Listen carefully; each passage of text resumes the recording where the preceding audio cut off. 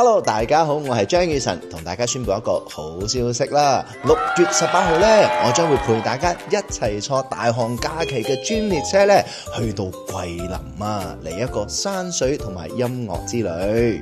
大家都知道我中意用歌聲呢嚟傳遞溫暖啦。今次特意揀咗桂林呢個山清水秀嘅地方，同大家一齊逃離返鄉，感受一下大自然之美。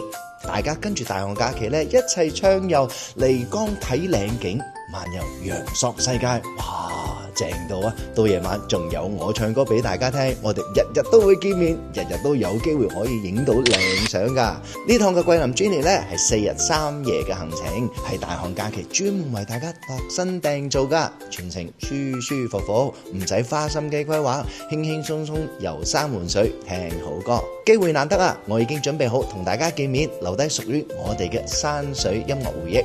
6月18號，我喺桂林專列等你噶啦，不見不散，快啲報名，一齊出發啦！